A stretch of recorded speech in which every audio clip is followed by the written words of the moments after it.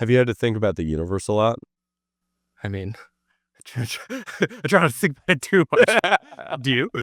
All the time. Big shots laughing in our face. Cold chairs in hot places.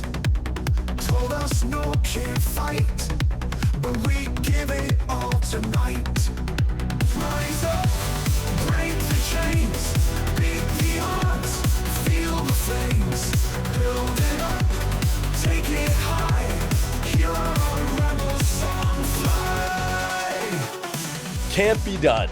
If you have heard the words can't be done and it fuels you with a fiery rage to go build something, then this podcast is for you. My name's Adam Draper. I'm the founder and managing director of Boost VC, where I invest in early stage startups. Every single guest on my show will be doing things deemed impossible to do or cannot be done. I am going to be interviewing founders, funders, just amazing human beings. So let's get excited to do what can't be done. Hear our rebel song fly. Well, Patrick, good to see you. It's great to be here. Okay, good. Now that that's out of the way, we are going to give a quick intro to who you are, what you've done, you in the space. But why don't you give us just a quick background? Yeah, sure. So my name's Patrick. I'm one of the co-founders and COO of ResearchHub. I'm a huge science nerd. When I was in college, I was really lucky, and I got to do some undergraduate research at Johns Hopkins studying tumor biology. So this was like cancer stem cells, like the epigenetic signatures of how certain cell types within a tumor can eventually metastasize and then cause tumors elsewhere in the body. I was really lucky. I was in a lab that was HHMI. For human beings, what does that mean? So Were basically, you curing cancer? understanding how cancer works. Got it. So like there's this thing called epigenetics. It's basically like you've got your genome, and then there are these like little markers on top that can turn on and off specific genes. Yeah. And so basically like at the time, folks were looking at the entire body of a tumor, say just a tumor is like 100 cells. Like there's only like 2 or 3 of the cells within a certain tumor that can actually metastasize. So that means leave like an individual tumor, go into your bloodstream, go somewhere else in the body, start a new tumor. And this is basically what ends up killing folks, like stage 4 type of cancer. And so what we were doing in the lab was basically using something called chromatin immunoprecipitation, which is basically like trying to dissolve your DNA and then look at the markings that are on top of the DNA in order to understand like the specific patterns is around. Do you? Okay. Cancer is a good topic just to like cover at some point, and I'll let you get through an introduction at some point in this. But in the world of DeSci, the decentralization of science, like cancer is really well funded. I don't know how many billions go towards it every year from the NIH or beyond. But like at the end of the day, why do you think we haven't cured that? That's a great question. So I think a couple things. One is that like folks aren't totally incentivized to cure cancer. That's what I was thinking. I think there's I a was little thinking bit about of this that. recently. Yeah. I also think it's like really complicated and like no offense to humans, but we're kind of dumb compared to computers. And so cancer is this big complicated, mess where I think it's probably pretty difficult for an individual human to totally wrap their brain around everything that's happening. Um yeah, and I think in general too, like And there's nuance, obviously. Like there's different types of cancer. We treat them in different ways. it's also like perfectly in science, you can control experiments, and cancer is something that develops over a person's lifetime. So it's really hard to study, in order like in a controlled environment. Yeah, there's probably a lot of reasons. When did you start self-identifying as a scientist Oh or science man. geek, I should say? Probably in like high school. I took like a human anatomy and physiology class, and Is like that where you cut open the frog? yeah, exactly. Yeah, you cut open the frog, you like look at all the like organs and stuff like that. Um, Science is the human body specifically is just amazing how everything works. It's like this gigantic puzzle, and everything makes sense. And so, yeah, just had a lot of fun learning about it compared to like math. Everything makes sense. Yeah, there's like it's like a really delicate system where like, if you're going for a run, like your cortisol increases, like your muscles get more blood in them, like you lose blood from your digestive system. Like there's certain patterns around how the human body works that are like easy to understand from a high level, and then the minutia kind of like falls out of that. So it's like it's a nice, like, pattern recognition type of thing. Have you had to think about the universe a lot? I mean, I try not to think about it too much. Do you? All the time. I think everything's sort of pressure and temperature, right? Yeah. Like in some capacity. And positive to negative. And positive and negative, because pressure and temperature sort of create that. So universe-wise, that's the thing. Me and my friend Colin West came up with if we're in a simulation, like a bunch of commandments for like how to live. It helped us think about how the universe works. This is explore the edges of the game map, right? Yes. Okay, we've already talked about it. This is good.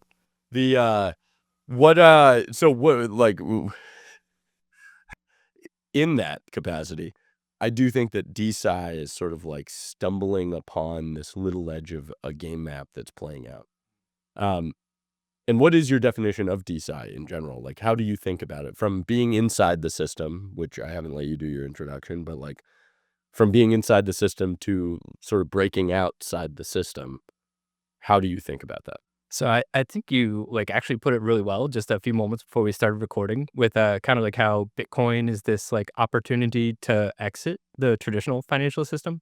And it gives folks like an option between, do I want to, work with kind of traditional banks, or do I want to do something different? I think DeSci is very similar, where there's this kind of like academic institution that exists. There's a lot of sort of like culture around that and bureaucracy around that. And DeSci is sort of a way to participate in science without having to necessarily like go through the whole academic thing.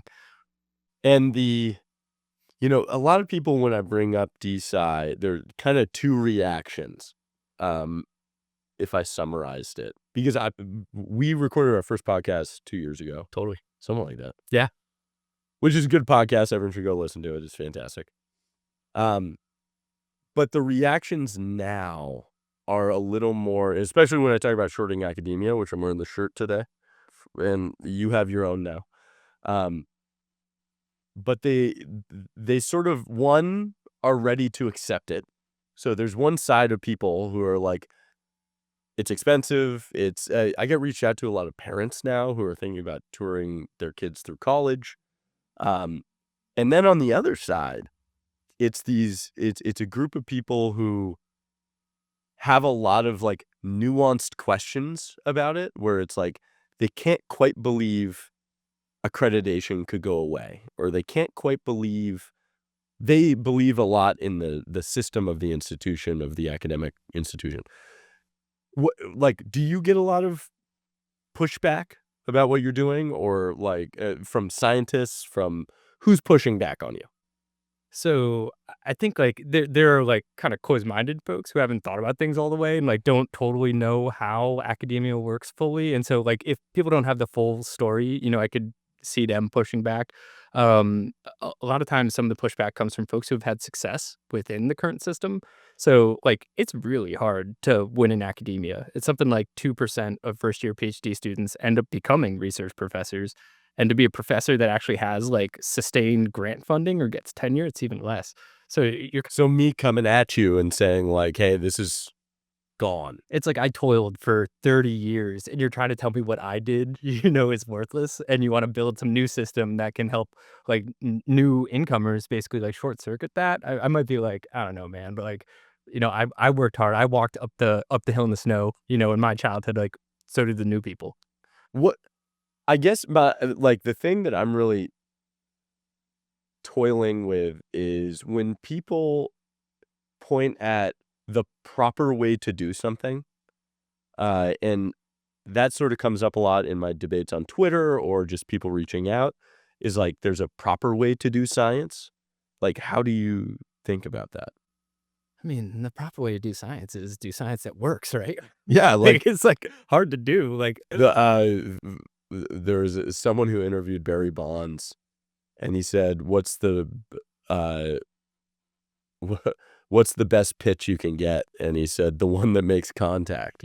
Like, so, so same concept. It's like, hey, but what is works, right? Like at the end of the day, we're trial erroring until the success is found, or is it like, because I feel like we learn as much from the failures, but we have a problem with not showing the failures.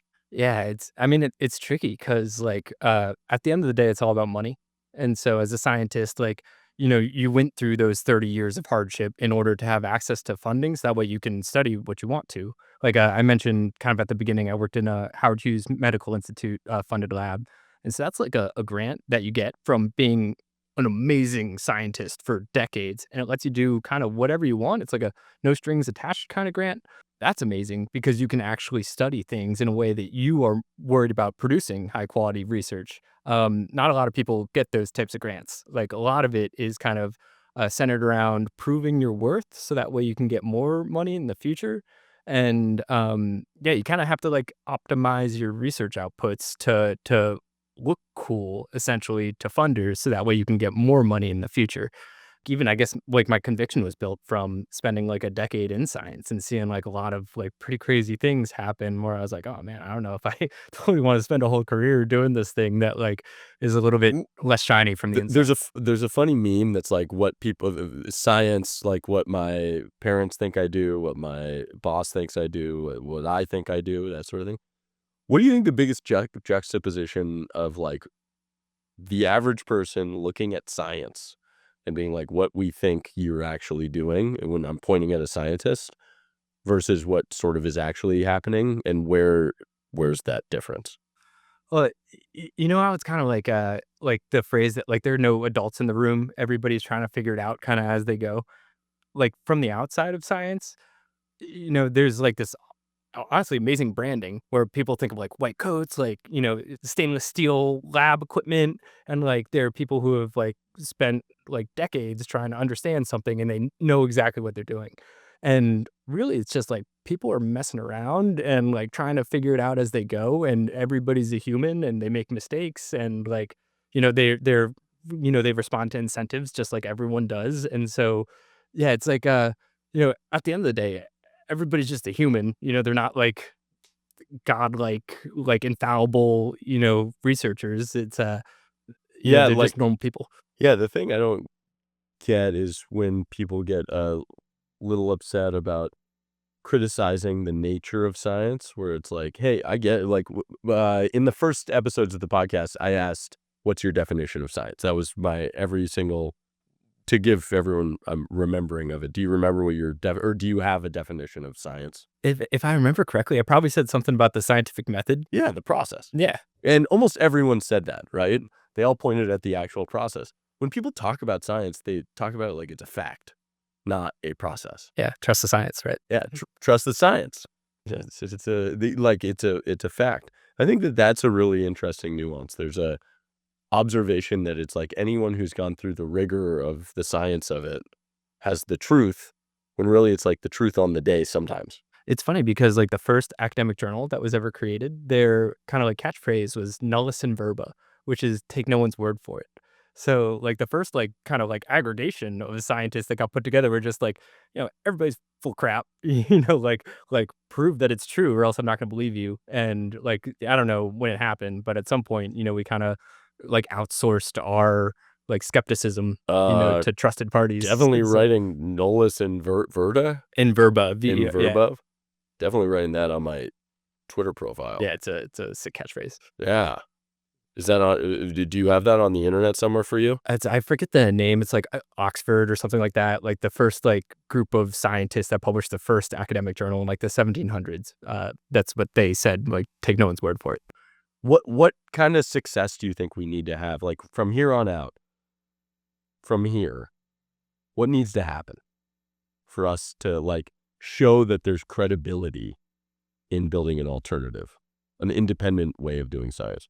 So I think we're still like just kind of graduating from the idea stage. Like I know at ResearchHub, like we don't consider ourselves to have product market fit yet. We're still experimenting, with features to get us there. I think like people will really start to respect decentralized science once there are actual findings that could have been published in Nature or Science or Cell, and they're not, and they're getting funded from outside of academia. So like tangible success that would be respected within the traditional scientific world, like happening through decentralized science. And I think the seeds have already been planted, so it's just a matter of time until they grow. What do you hope it is? Like, what do you hope if it was the ideal situation, what experiment succeeded that sort of proved the trust in this market? It's a great one that ResearchHub funds. But step one. Yeah, exactly. But I think something that can grasp the imagination of like the average individual. So like this is like a little bit of a different topic, but what I think has kind of like made decentralized science a little bit more of like a legitimate option for folks is like traditional folks are starting to recognize some of the cracks within like traditional academia. For instance, like the amyloid beta hypothesis when it comes to Alzheimer's, like the president of Stanford, a lot of like the issues that happened with like sort of like, for lack of a better term, fraudulent activities in the research. Like these are Which also sets us down the wrong path. False positives. billions of dollars wasted because somebody yeah. was optimizing, their CV to try and get the next grant. And so these were things like when I first started working on ResearchHub, like I'd tell my friends about this and they'd be like, I don't know, man, like the scientists know what they're doing, and now there's like stories, in CNN about the president of Stanford, who participated in some like research fraud. Like, what's your one-liner for what you're like ResearchHub? When I say ResearchHub, what's your like product? So what we use as like our tagline is a modern day preprint server. So it's a little bit niche, but it's essentially You want those scientists. yeah, we need those scientists. Every preprints are hot in the streets right now. It's like a new way to publish science where there are financial incentives that reward folks for doing Is good that what science. preprint means? So a preprint is a pre-peer review article. Traditionally, you would have like a manuscript that you want to get published. You send it to a journal. They do peer review. You like update your manuscript, and then they eventually publish it. A preprint is like the pre-peer review version of the article, and folks just share that online now. And then like they'll share it on bioRxiv or medRxiv. Then they'll submit to Nature. Nature will do peer review. They'll have like a version 2 that ends up being published in Nature. See, it is interesting. Internet at its best is just the freedom of thought, freedom of speech to be who you are. And it's at its worst, it's the opposite. So here's a good example of it is like the amyloid beta hypothesis, right? With the Mark Tessier-Levine, there's like billions of dollars being poured into this, hypothesis of how Alzheimer's works. If you have like an alternative hypothesis, you need to get it funded. And in order to get it funded, you have to convince the people who made their career in the amyloid beta hypothesis to give you money. So it's like you have to, in order to get an alternative, You have to believe that religion. yeah, you have to like fake it, right? You have to be, and that's why probably an alternative never really came out. It was hard to Oh my get gosh. folks. Yeah. it's It's like, hey, believe my religion. Well, I believe your religion, but I think that there's a better way of solving it, right? yeah, It's like it's stubborn on vision, flexible on details. Everyone got focused on the stubborn on details, flexible on vision. totally. Yeah. Now, because those people would probably be like, well, I've studied what is it? The amyloid Beta, yeah. amyloid beta hypothesis. So, it didn't work for Alzheimer's, but I've studied this so much that it does work for something else, rather than being like, well, what's the other way to attack Alzheimer's? It's funny too, like kind of bring it back full circle to the beginning of the conversation where it's like, what's good science? Like something that works. Like the thing that kind of like cracked the case of this amyloid beta hypothesis was like there were drugs made that like helped to clear these plaques. And like the drugs did clear the plaques, but they weren't able to treat Alzheimer's. And so like it was basically like it couldn't be proven to work, so it wasn't good science. Then people kind of like backtracked and were like, what's going on here? And like started to Well, and I mean, the science world right now, or academic institution right now, is this everywhere, right? Like, that's the most high profile of these. But there's probably countless of these where we've gone down the wrong tunnels for far too long, studying the wrong billions of dollars worth of funding in the wrong direction that if people were relatively open, this wouldn't have happened. Totally. Yeah. Yeah. And, I think genuinely, like, I think the thing I picture a lot is just like brain power being smothered. Like if you are creative, like problem solver stuck in the scientific world and you're thinking about, am I allowed to too much? Like that kills you. That's sealing you. That's, puts the ceiling on top of you rather than the opposite, which is like, go do it. Right. I don't know. Something I've thought about way too much is like, I've spent so much time in school where I was taking classes, like in medical school, like you've got some of the brightest people in the country, some of the hardest working people in the country, and you just throw them into classes for like, 2 years where they're literally doing nothing but studying. And it's like, what's 2 years worth of like the brightest, hardest working, 23 to 26-year-olds? Like, how much is that worth? And it's like, A lot. yeah, it's going to be spent just like memorizing And note the only cards. people who are getting that money is the institution, and they're getting it from the banks, which is getting it from the government for these student loans. And then those, young, bright minds are leaving a bunch of money in debt, not wanting to take risk. I mean, that's been the biggest eye-opener for me, are these great scientists going through the process and being approved, being credited with being good at this, leaving and not being appreciated, and then realizing, oh, crap, I'm $250,000 in debt. I better go work for a quant fund. Totally. Right? That's like the career path. When I first started working on startups, I had like a co-founder that only lasted for like 2 months ish, but she was like a PhD in string theory from Oxford, who was Don't even get me brilliant. started on string theory. Yeah, I know. Yes, pretty head wavy. That BS. But anyway, so this is a person who is like brilliant and like could have spent her time trying to understand truths about the universe. But she finished her PhD and was like, "Oh shit, I can go make $300K at DeSci, so I'm gonna go do that." It was like, okay, you're like optimizing trading algorithms and stuff like that's cool, but like And it's not it's figuring out the universe, which like, is interesting. And you do learn a lot about people based off of trades if you're, just pushing a small piece of it, not the whole picture. Yeah, you're kind of trading. Yeah, I don't know. Maybe it's that like the truth seeker. I think both sides are good historically. Like I actually think there was a golden era of academia and a golden era of government and a golden era of all these things.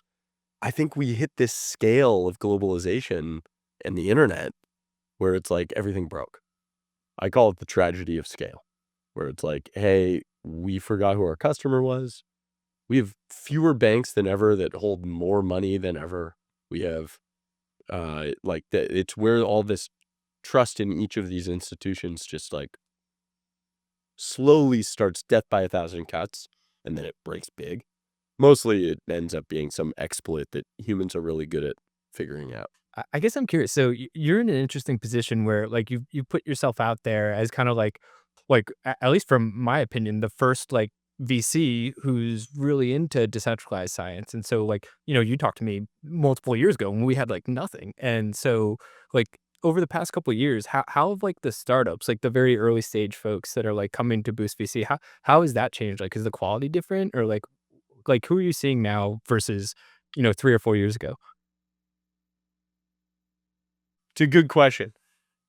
Well, first, there's sort of been a weeding out of good projects and projects that just weren't going to last anyway.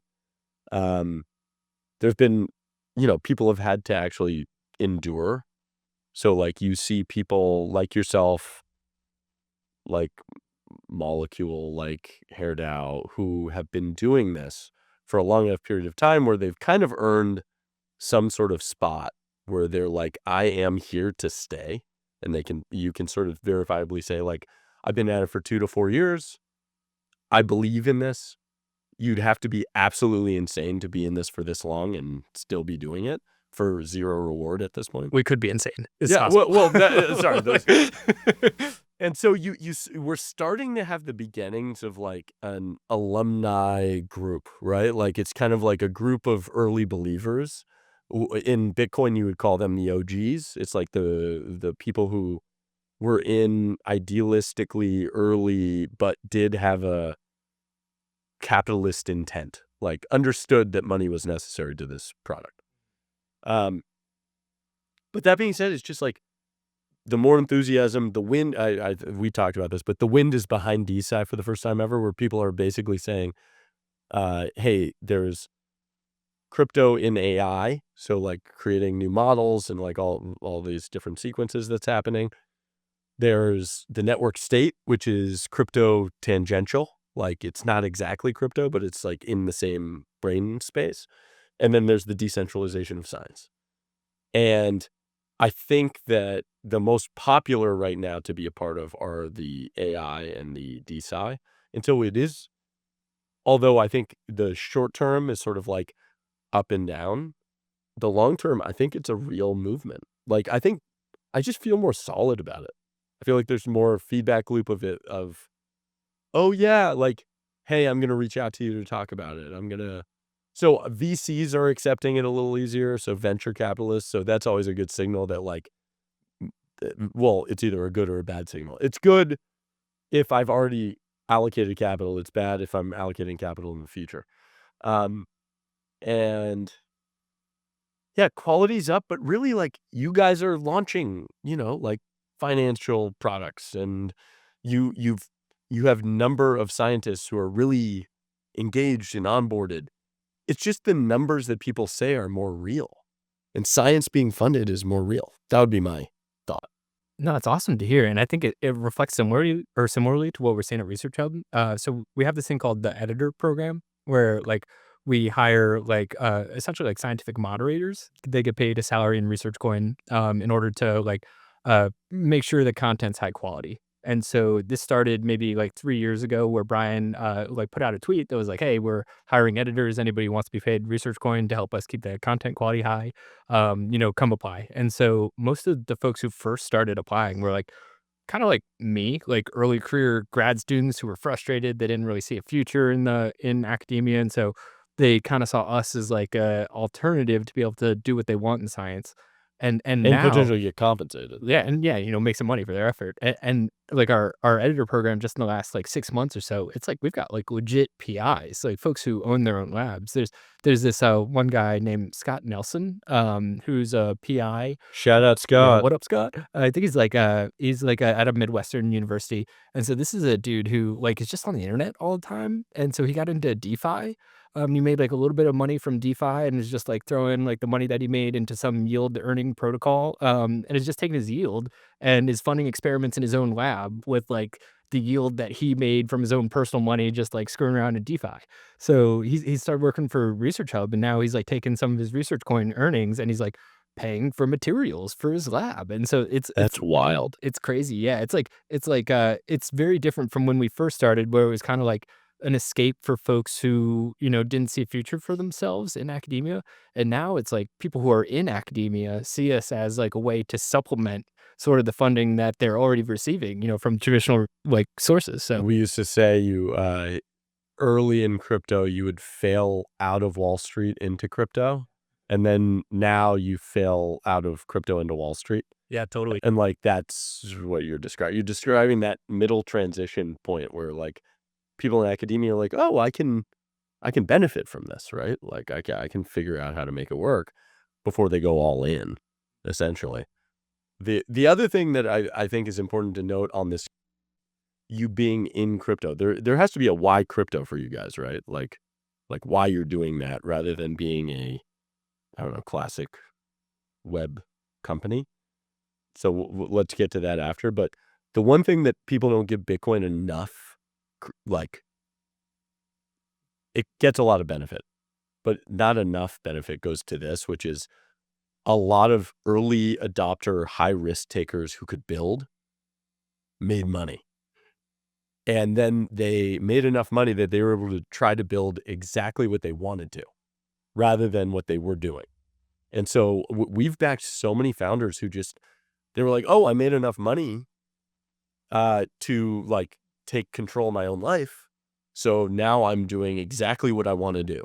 We have, I think, 2 VR companies who have done this. VR, not crypto. Like they made enough money in Bitcoin. They went all in. And then they were like, oh, I'll sell and I can start my own company. Like I have plenty of money. So it's like a wild, so why are you crypto? Like what's the value there? So I think it goes back to like the core problem in like our estimation within academia, where just the financial incentives are broken. Is this sort of like grandfathered in structure where you need to publish a lot of papers, get a lot of citations on your papers that proves you're a high quality scientist, so that way the money folks will give you money.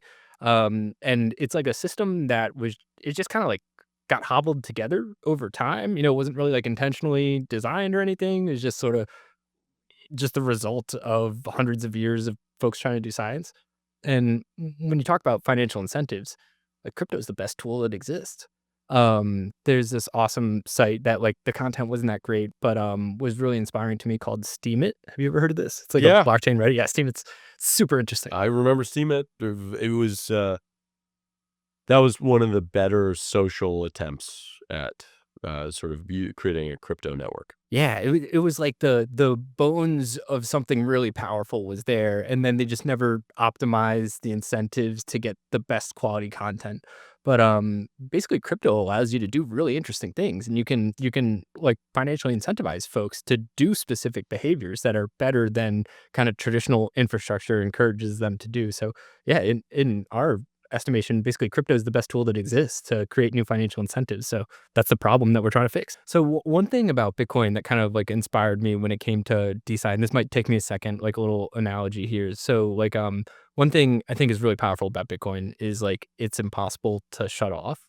If governments want to top down say, hey, Bitcoin's illegal, like governments have done that in the past, yet still you can have Bitcoin miners. There's so many people, it's decentralized. Yeah, they keep trying to shut it down. It's crazy. It's literally impossible to shut down.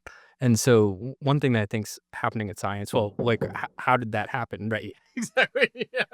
Yeah. Wait, well, like, I'm not good with absolutes. But, So yeah. it's, But- make sure but that's wood. one of the things that happened was like graphics cards, right, became cheap enough for the average person to be able to buy this thing. So you can have enough compute at home to be able to like run a Bitcoin node, and it became affordable for the average person. Basically, like technology like advanced to a point where like you can decentralize these things, and they become harder to stop from a top-down fashion.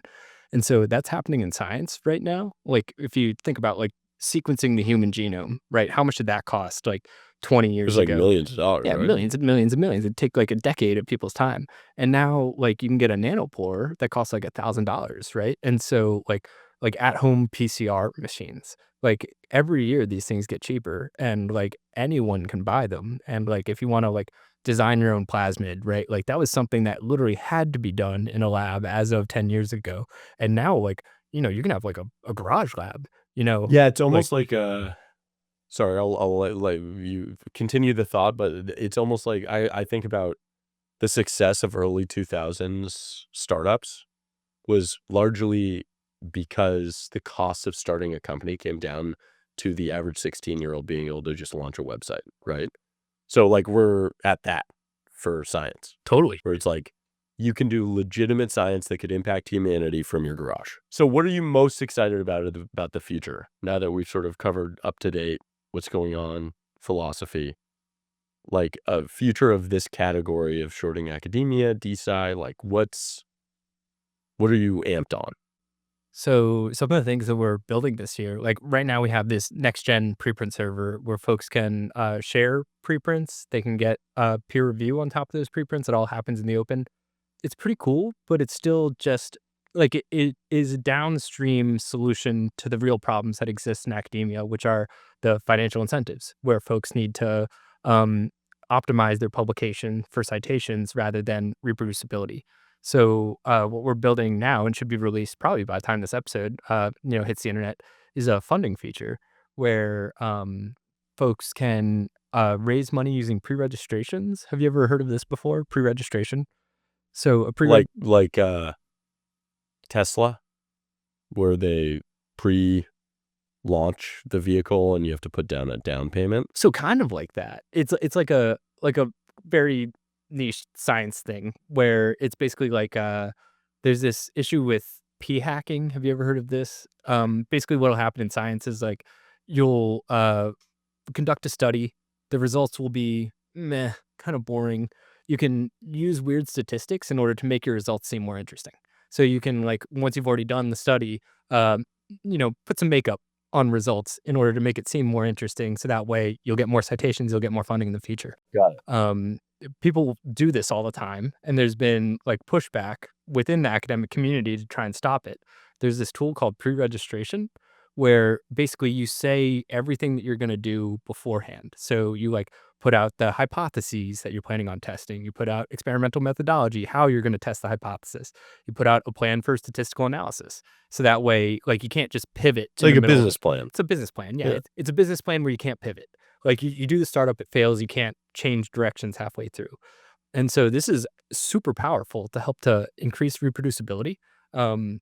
If you can't.